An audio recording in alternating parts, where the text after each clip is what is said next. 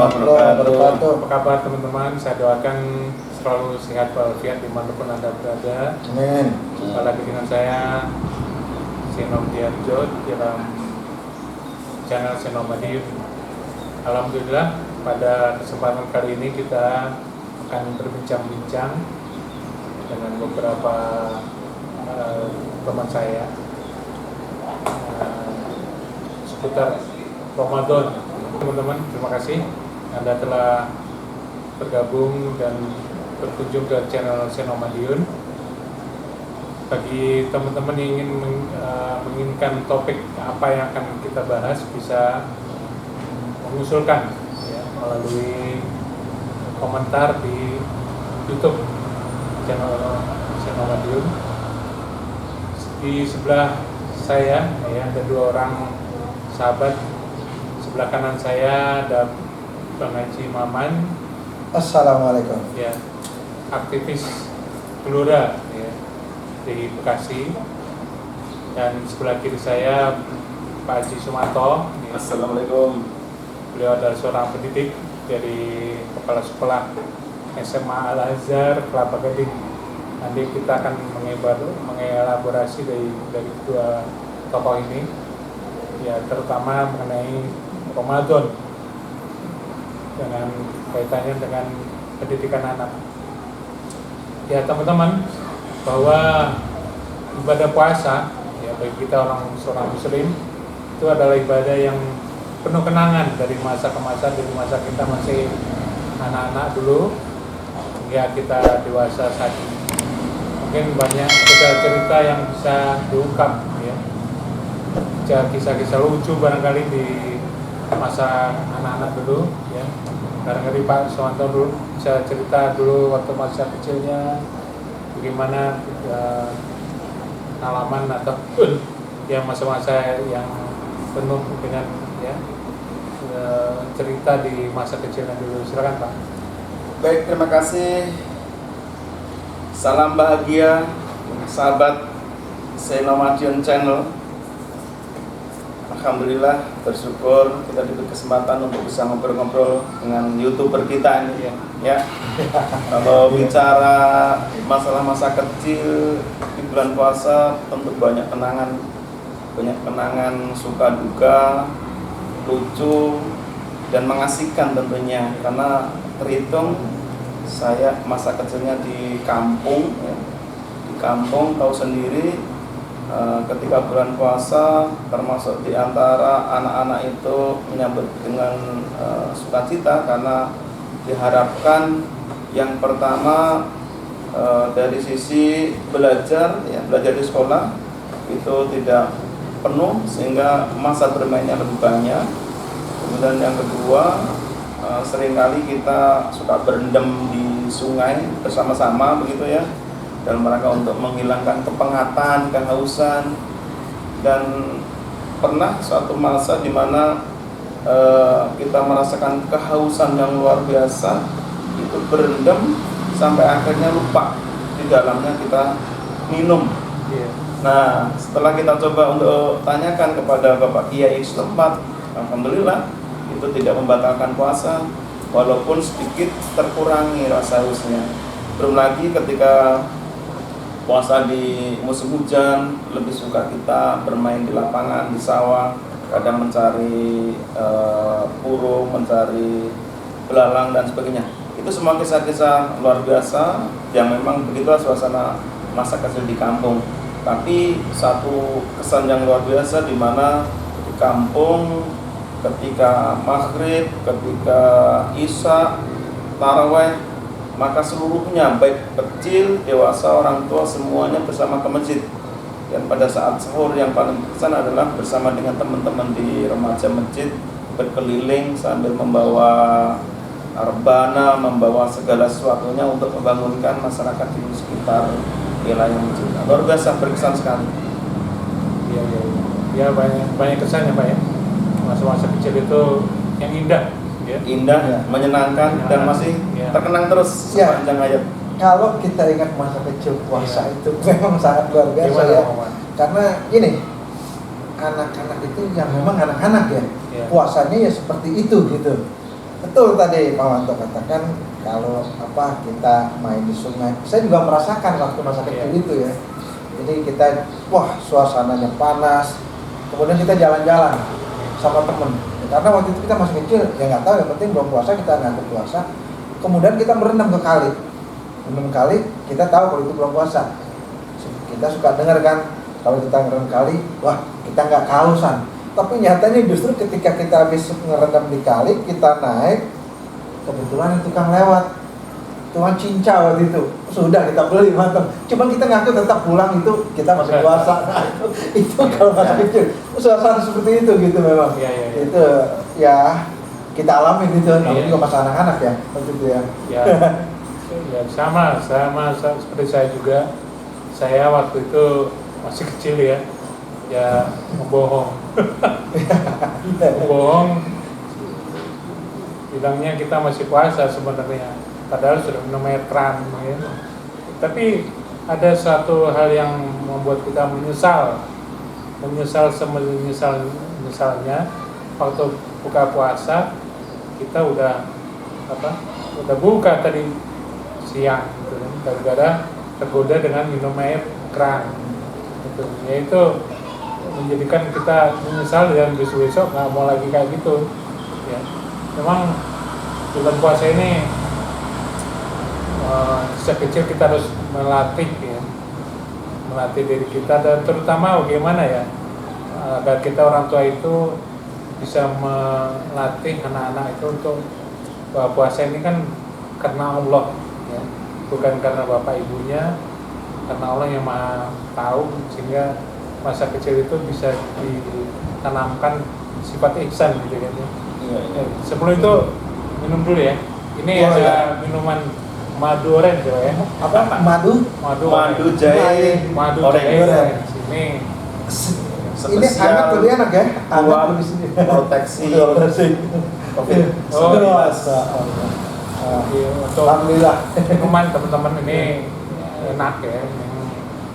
Minuman sehat, segar, luar biasa. Untuk memproteksi diri kita supaya penuh kehangatan dan perbincangan ini penuh kehangatan tentunya supaya kita terhindar dari COVID-19.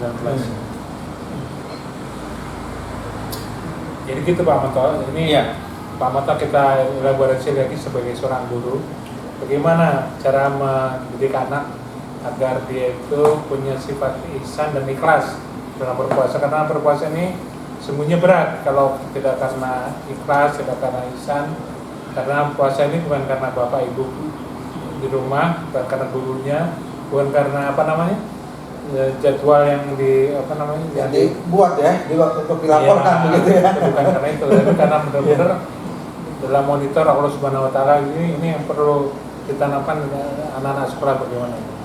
Ya, dalam konteks pendidikan itu namanya tarbiyah imaniyah, bagaimana membangun keyakinan anak agar dia bisa menjalankan ibadah itu sesuai dengan kesadaran, dilandasi dengan keikhlasan, dan yang penting bagaimana ibadah itu akhirnya menjadi sebuah kebutuhan. Ini menjadi problem bersama hampir semua orang tua, tenaga pengajar, dan apalagi tantangan dan gangguan saat ini di mana teknologi sudah sedemikian luar biasa mudah dan murah diakses anak-anak, yang tentu ini menjadi sebuah tantangan. Dalam konteks pembelajaran dan dalam konteks pendidikan, maka untuk membangun sebuah karakter agar anak memiliki jiwa ihsan, maka yang pertama adalah ada proses doktrinasi dan pemaksaan. Penting ini ya. Penting ya. Apalagi terkait dengan masalah akidah, masalah ibadah, maka pertama itu bagaimana kita memberikan doktrin. Karena sebagian dari urusan agama itu memang melalui sebuah doktrin, apalagi kalau sudah mengatur masalah akidah kan itu.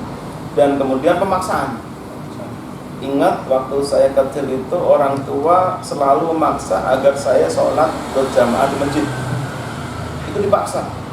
Dan bahkan disampaikan bahwa tidak ada lagi sholat di rumah. Padahal jarak antara masjid ke rumah sekitar ada 300 meter kurang lebih. Tapi wajib untuk di masjid. Akhirnya apa? Dari proses awal pemaksaan, akhirnya muncullah pembiasaan.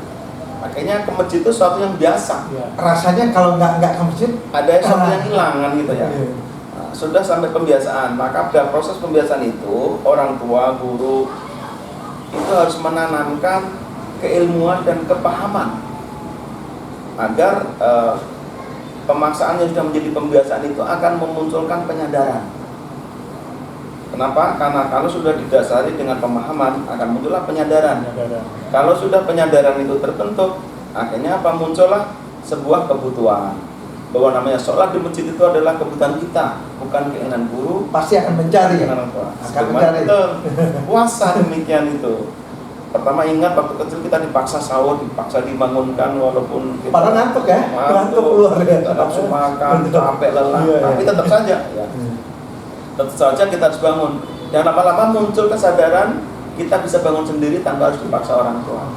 Nah, Iya. kalau sudah sampai menjalankan segala sesuatu karena kebutuhan, dengan sendirinya sifat ihsan dalam menjalankan ibadah itu akan terwujud dalam diri kita. Dilandasi dengan keilmuan dan pemahaman, tentu akan melahirkan keikhlasan. Kalau sudah melahirkan keikhlasan, maka ibadah menjadi sebuah kebutuhan. Nah, inilah tugas kita sebagai guru dan tugas kita juga sebagai orang tua, bagaimana mampu dan bisa mengantarkan agar anak-anak kita, para generasi muda kita bisa melaksanakan segala sesuatu itu dengan ihsan. Mungkin seperti itu pandangan saya. Memang kadang-kadang membangun anak makan sahur itu sulit, ya. Tapi kalau sebagai seorang tua ya, kalau ada kelebihan rezeki ya kita tawarkan ke anak itu sahurnya mau makan pakai apa nih. Jadi misalkan sahurnya pakai sate. Untuk menarik ya. Untuk menarik. Sehingga dia tergugah. Begitu kita bangunin sebentar Langsung cepet ya. cepat karena makanya pakai sate yang sesuai dengan Keinginannya. dengan dia. Itu mungkin ini salah satu kiat ya, walaupun itu tidak harus, tapi barangkali kiat kalau anak kita Iya, masih kecil mungkin memanjakan paling tidak ya. sedikit Nah, memanjakan itu penting juga. sedikit. Kalau Bang Mohan gimana waktu untuk menanamkan ihsan ini? Iya, memang ya itu tadi betul apa yang dikatakan Pak Manto tadi ya. Memang menumbuhkan rasa ya, Iya. terutama pemaksaan kepada anak-anak kita ini, kan kita pemaksaan yang baik Iya. tentunya ya, akan melahirkan kebaikan juga gitu kan. Nah, harapannya memang dengan begitu kebiasaannya akan muncul. Ya, ketika kebiasaan ini sudah muncul, maka dia akan mencari, kan begitu. Rasanya betul. Jadi ketika ini sudah dia rasanya yang kurang, jadi gitu. Nah, itu memang sangat penting. Apalagi kita lihat dengan kondisi yang saat ini, yang tadi dikatakan bahwa anak-anak dengan teknologi yang ada sekarang ini juga jangan sampai terbuai juga sehingga dia lupa, terutama ya akan menghadapi bulan suci Ramadan ini. Di dalam ini ya kita berharap ada suatu penyeimbangan, baik dari segi ibadahnya pun maupun amaliyahnya nanti. Mungkin itu yang bisa diberikan kepada anak-anak kita ini. Satu hal yang saya masih ingat dulu, ibu saya berpesan bahwa dimanapun kamu berada, ya, manusia semuanya nggak ada yang lihat, ketahuilah bahwa Gusti Allah ya, kata orang Jawa, Allah itu maha melihat, walaupun di tempat yang tersembunyi sekalipun. Ya, seperti puasa ini kita nggak bisa ngebohongin siapa-siapa karena Allah ya kan, memonitor kita. Ini yang harusnya kita terus tanamkan agar anak itu punya rasa percaya diri ya, sehingga dia ikhlas menghadapi segala problema hidupnya ya. Sehingga dia sabar di siang hari yang terik ya. Dia sabar menghadapi ibadah puasa ini, karena kalau di Bekasi atau Jakarta ini kan panasnya luar biasa, itu godaannya luar biasa itu kan siang-siang. Nah, ini kaitannya kehadiran ibadah puasa ini dengan ajaran untuk peduli ya, untuk peduli kepada sesama ini juga luar biasa. Di Islam itu bukan hanya sekedar teori tapi juga udah praktek langsung. Gimana Pak Haji Mas Panto? Ya, jadi puasa itu salah satu nilai keimanan yang ditanamkan dalam diri kita adalah bagaimana bersama-sama kita ikut merasakan rasa lapar ya. Dan kalau kita sebagai orang yang sudah biasa dengan kehidupan makan 3 kali, artinya sudah ada ketersediaan kebutuhan itu tidak ada masalah. Tapi buat saudara-saudara kita yang mungkin bisa jadi sehari cuma makan 2 kali dan apa adanya, nah, pada saat berpuasa kita ikut merasakan ada tumbuh rasa empati dan simpati kepada saudara-saudara kita yang mungkin bersenasib dengan kita. Maka disitulah akhirnya berpikir, oh iya ternyata begini rasanya kalau kita tidak makan di siang hari. Sebagaimana yang sehari-hari di luar bulan puasa, saudara-saudara kita tuh merasakan seperti itu. Apalagi kondisi pandemi. Apalagi saat ini kondisi di mana secara ekonomi, secara finansial sulit sekali ya. Oleh karenanya kesadaran kita untuk berbagi ya, menyisihkan sebagian dari rezeki yang kita punya, kemudian kita bersedekah untuk sesama, itu amat sangat muncul dan hadir di kala puasa, karena memang secara spiritual antara suruhiyah terdorong dan menjadi inspirasi puasa itu untuk kita saling berbagi. Makanya saya di lingkungan setiap puasa itu selalu ada kegiatan satu, buka puasa bersama. Kemudian yang kedua ada santunan anak yatim. Kemudian yang ketiga pembagian zakat, infak dan sedekah. Nah ini luar biasa semangat dari kaum muslimin yang ada di lingkungan untuk menyisihkan sebulan rezekinya luar biasa. Dan inilah yang diharapkan bagi kita, bagi seluruh umat Islam yang saat ini berada di bulan Ramadan untuk berbagi dengan sesama. Rasakan bahwa setiap hari ada saudara-saudara kita yang tidak makan sekali sehari, bahkan ada yang tidak makan dalam 1 hari, yang itu dialami jauh sebelum puasa. Nah, ini menjadi nilai tarbiyah, nilai pendidikan yang luar biasa buat kita semuanya. Justru di bulan puasa ini ladang amal ya. Dibuka semua. Nah, terutama ya kita berharap saudara kita mungkin yang punya kelebihan ya. Disinilah mungkin di bulan inilah yang terbaik untuk memberikan sesama. Nah, itu Allah sudah memberikan luar biasa fadilah, pahala dan pengganti atas rezeki, atas sebagian rezeki yang kita infakkan kepada saudara kita. Luar biasa. Niat spiritnya luar biasa untuk saling berbagi dengan sesama. Jadi bulan Ramadan ini betul-betul bulan yang merupakan momentum dekat dengan Allah. Samping itu dekat dengan sesama ya. Jadi belum noloke, belum menanda baik. Ya. Memang ajaran Islam itu menganjurkan, tapi tidak hanya sekedar teoritis, tapi praktik langsung. Praktik langsung. Karena tidak ada ibadah yang kompaknya seperti puasa. Startnya, awalnya ya, itu imsak atau subuh itu udah satu dalam wilayah waktu, misalnya Jabodetabek ini kan sama-sama start, ya kan ya? Berbondong-bondong. Ya start. Finishnya juga sama. Begitu azan maghrib selesai semua itu. Ya kalau ibadah sholat kan ngantar aja dulu deh. Udah masuk ke waktu, ntar dulu deh. Kalau puasa nggak bisa. Ntar dulu ya kalau segera. Dan itu sebuah keutamaan. Jadi mengawalkan berbuka dan mengakhirkan sahur. Jadi serentak kebersamaan itu. Ya. Jadi Pak Sumata, pertanyaan selanjutnya ini, ibadah puasa kaitan dengan menumbuhkan rasa keberislaman dengan keluarga ya. Di kota-kota besar ini terutama barangkali kita kan kaum bapak ini kadang-kadang pulangnya udah malam, kesibukan ya. Hari Senin sampai Jumat itu pulangnya malam, berangkatnya pagi-pagi atau sama keluarga itu jarang ketemu ya. Nah, dengan adanya bulan puasa ini barangkali juga merupakan suatu momentum agar keberislaman di keluarga itu tumbuh ya. Gimana Pak Ismail? Ya, jadi puasa salah satu di antara tujuan yang Allah berikan untuk kita adalah bagaimana mengokohkan ketahanan keluarga. Itu real.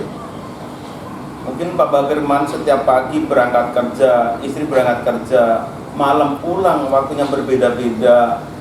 Kadang ketemu hanya di saat malam dalam keadaan lelah.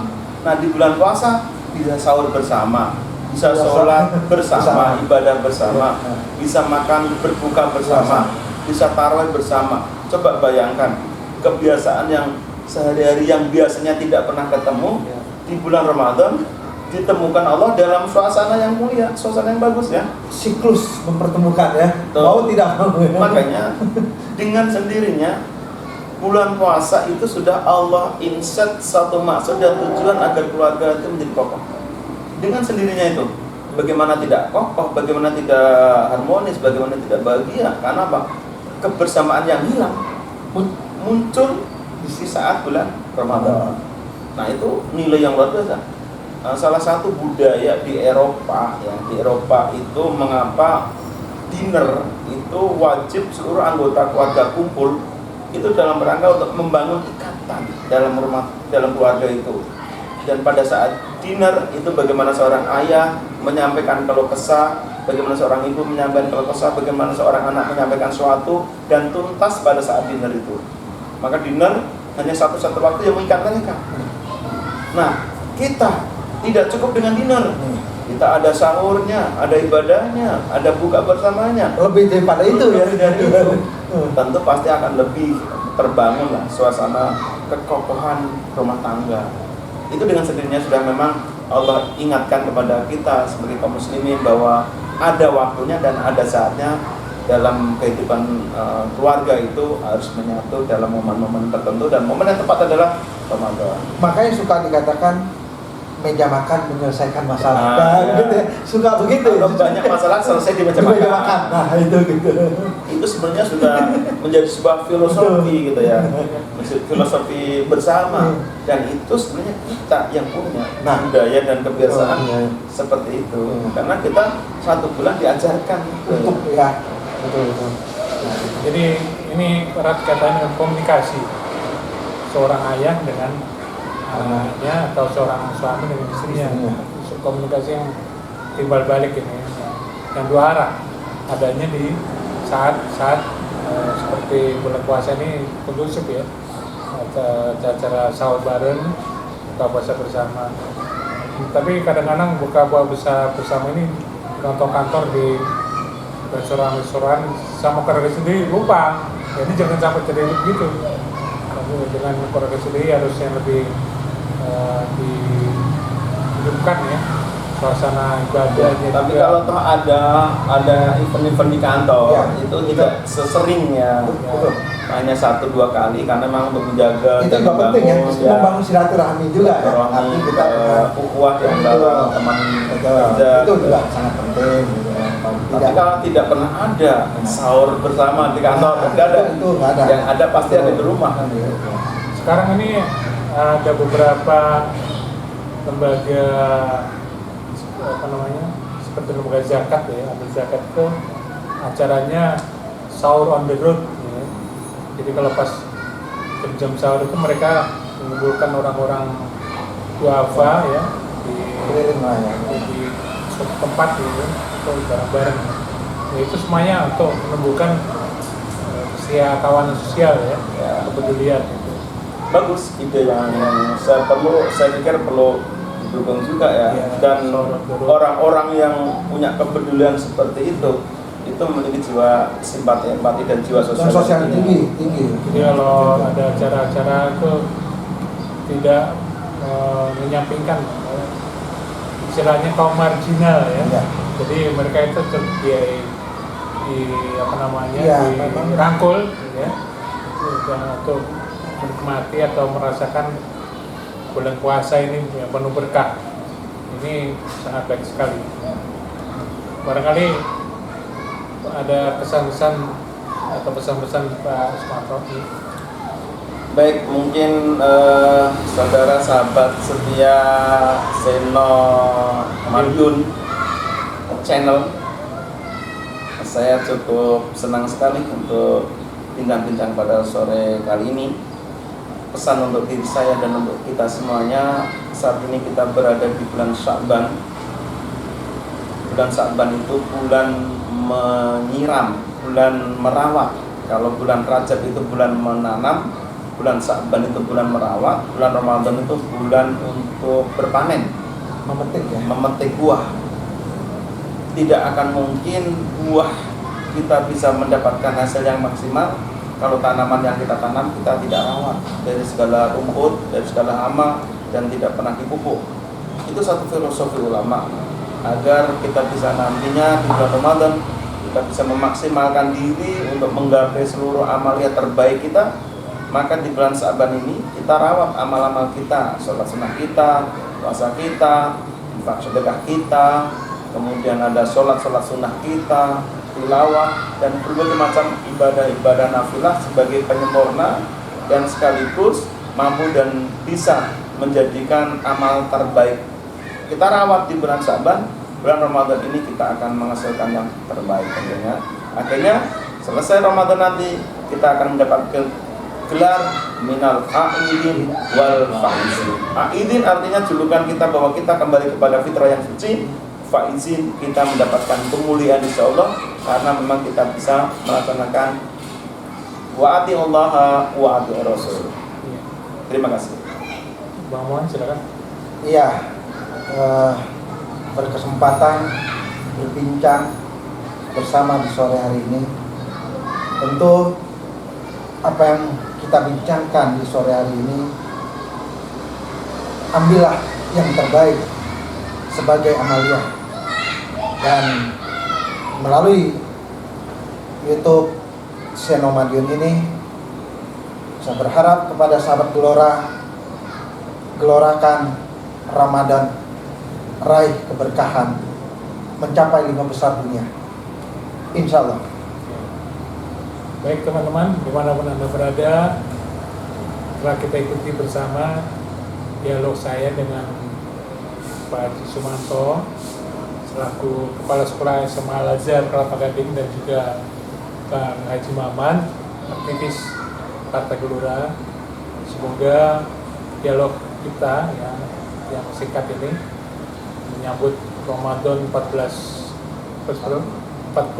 ya, jadi ya akan makin mantap, dan kita semua semoga diberikan kekuatan lahir dan batin oleh Allah Subhanahu wa taala, sehat selalu ya, menjalankan ibadah puasa sebulan penuh.